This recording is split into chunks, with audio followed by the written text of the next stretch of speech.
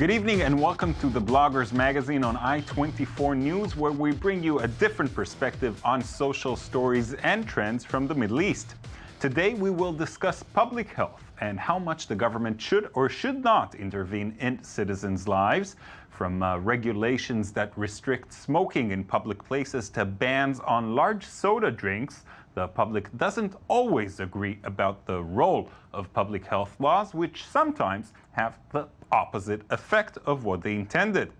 Joining me in the studio for today's discussion is screenwriter and libertarian Idan. Hello, Roy. Hello.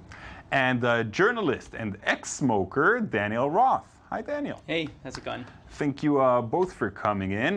Before we begin, though, let's take a quick look at three short items that caught our attention from around the world. Lucky Texan residents can now go to see a unique new art exhibit called The Art of Leadership. The exhibit includes 24 portraits of heads of state painted by none other than former U.S. President George W. Bush. To occupy his retirement time, Bush decided to immortalize his former colleagues from Sarkozy to Putin to Ehud Olmert. As he told his teacher, there's a Rembrandt trapped in this body. Your job is to unleash it.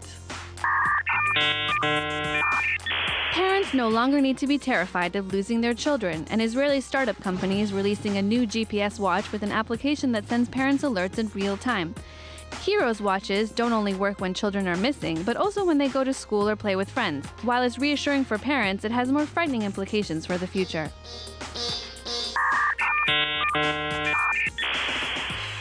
"720 square meters is the size of the largest mural in the world made of recycled materials. This Guinness record mural is located in Damascus in the midst of the Syrian chaos. Muafak Makoul and the 6 other artists behind the project hope that the mural will inspire hope and creativity in a country ravaged by war. All this with card scraps, bicycle wheels, and a myriad of objects found in the war zone. All right, Roy, let's begin with you. You also draw. What do you think of Bush as Bush the artist? Well, at first I thought there's no way it could be a worse artist than a president, but after seeing the pictures, I have to say I was mistaken. He is. Daniel? I think he captured something about Putin and Olmert, something in the folds of their faces, perhaps the folds of their morals, something special about Bush the artist. So he has the eye, at least. He has the eye of an artist. He's got an eye. I don't know. All right, let's keep going. Recently, the Jordanian government has decided to enforce a law from 2008 that bans hookahs, known as shishas, from restaurants and cafes. Smoking shishas is a favorite Jordanian pastime, and enforcing the new law may shut down nearly 5,000 establishments. For more on the water pipe ban, here is our portrait by Flo Sitrouk.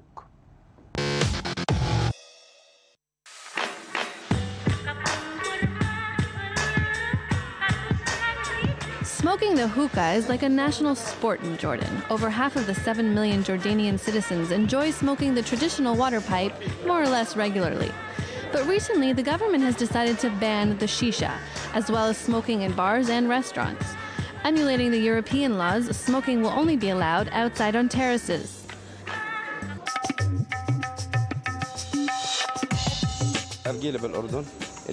This ban will also affect us, the hookah vendors. Restaurants will be affected as well, and they won't buy hookahs from us anymore. Ultimately, we will all suffer from this law.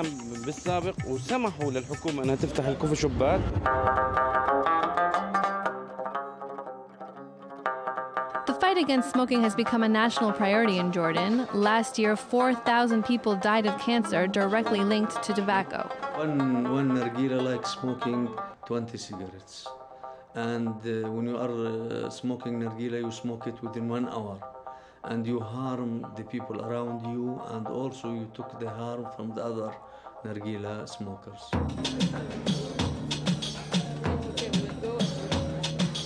If business owners do not respect the new law, the government has threatened to remove licenses for 5,000 venues by the end of the year. The manager of the Cafe Jaffa in the center of Amman cannot hide his concern. Thousands of jobs are on the line. At Jaffa Cafe, a dozen people are involved with this shisha. They may lose their jobs, and it's the same in other restaurants. In all, there are 12,000 people working in Jordan's hookah industry, which makes more than €1 billion. But for shisha smokers, this law threatens a lifestyle they enjoy. For us in Jordan, hookah smoking is our only entertainment. Healthy or not, I'm against this law. I recognize that hookah smoking is bad for my health, but there are other priorities in this country. The protection of children, hospitals should be improved, or inflation. If we are prohibited from smoking in pubs, we'll simply smoke at home. Public health or tradition? It will be a difficult battle against the hookah, which is so popular in the Arab world.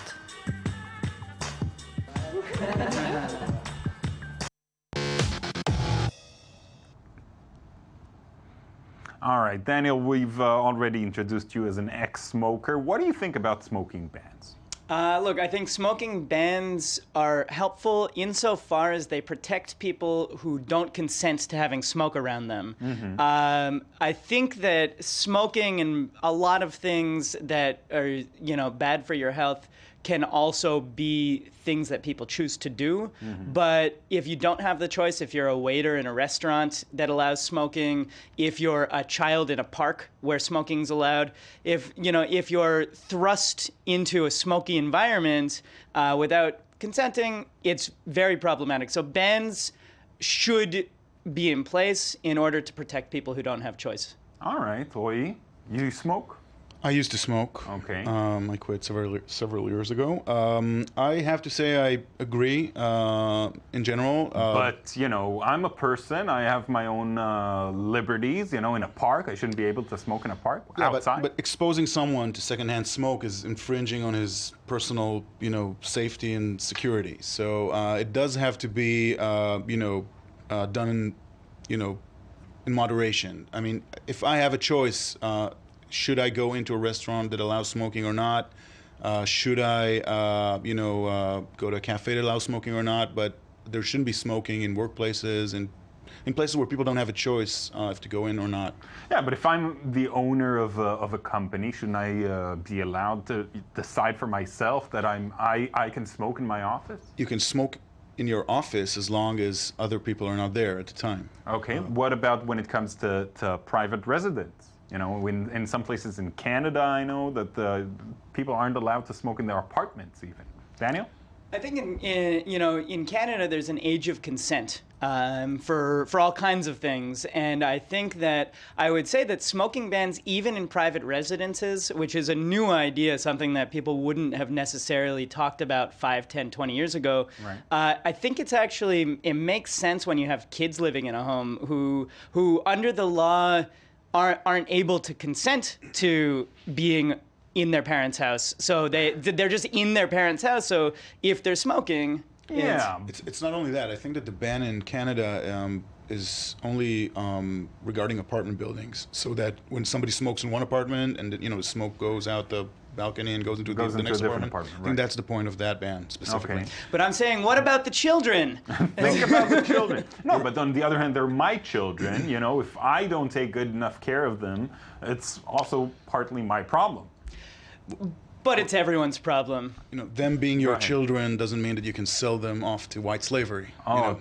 Shucks. But I think the issue here is different because when someone smokes and exposes his children or codependents to secondhand smoke, and then takes advantage of a public health system to treat the consequences of smoking.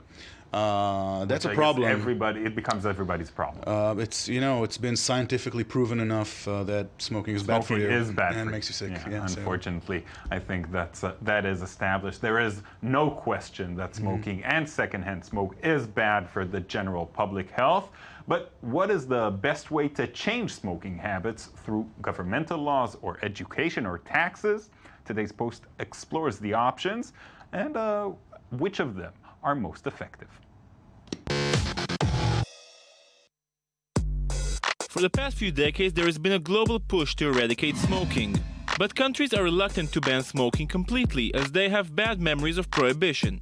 Prohibition was a reaction to America's excessive drinking problem, but it mainly became a heyday for gangsters like Al Capone, who made a fortune selling contraband alcohol. For some of the adventurous drinkers, contraband vodka could result in death. Not the best plan for public health and safety. The better option is to regulate, to raise prices, print disturbing photos of rotten teeth and asthmatic children, create uniform plain packaging like in Australia, or ban smoking in apartments like in Canada. In other words, make a bunch of restrictions to deter smoking, and it's working, more or less. In the new economic powers like India or China, there's been an increase in the number of smokers, and conversely, a few countries have managed to halve the number of smokers, such as Mexico and Canada. But for those who don't want to stop smoking or pay a fortune for the cigarettes, there's the exploding black market, which has cost Europe over 12 billion euro. Traffickers have ingenious methods, like the tunnel discovered between Slovakia and Ukraine, where a train carries millions of cigarettes underground. So, while prohibition is not likely, that doesn't stop criminals from buying cases in Virginia and selling them in New York, where they cost $4 more. So while some are beginning an anti-regulation resistance, others are enjoying the fresh air.